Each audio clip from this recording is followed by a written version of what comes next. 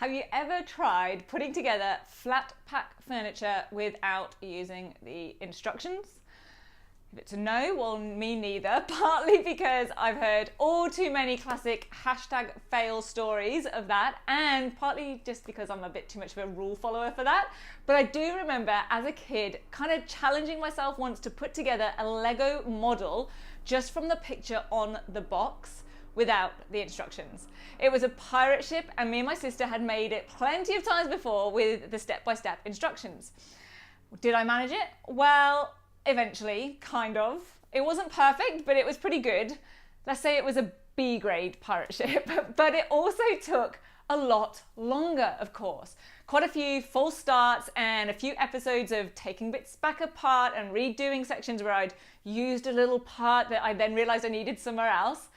Just like when students try to write an essay or complete an assignment without a clear set of steps, a template, a checklist, or some kind of system to help them move step by step towards a clear end result. In fact, I see many students fumbling their way through in an extended response task with no real idea of what they're even aiming for, what their end result is, where it's going, what it should do or say or look like at the end.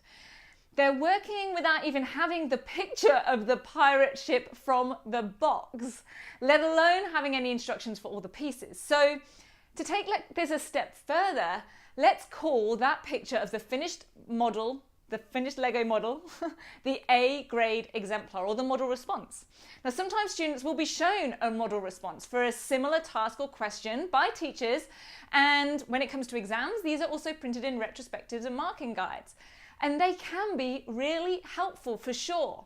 Just like putting together the pirate ship was a lot easier with the picture to look at. But this isn't enough if students are going to be able to work confidently and efficiently on their own task independently, because they don't know necessarily why that was an A grade response or what process the other student went through to create it, what elements in there specifically make it that A grade quality. And that's why they need to be clear on all the components and the ways that they're put together and how they can then do that for themselves and apply it to a different or slightly different topic or task. And that's why I'm such a fan of giving students resources and training that's what I call universal. It's not the spoon-fed, fill in the gaps type of scaffolds that can sometimes only be applied to one particular task or topic, but actually have them work with proven blueprints and systems that can be applied to all different tasks across all different subjects and topics.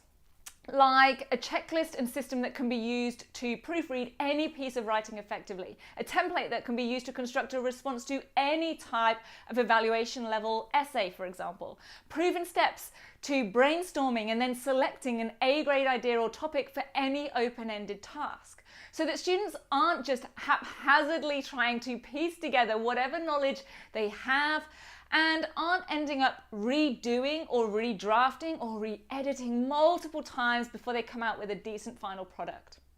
So I'm Katie Price, great transformation expert. Let me know your thoughts on this. Does your team love clear steps and instructions, or perhaps they're the more creative type who's actually capable of crafting a ship that's even better than the box or the front cover? Whatever your feedback, please scroll down, leave me a comment until next week, let's make this a fantastic week.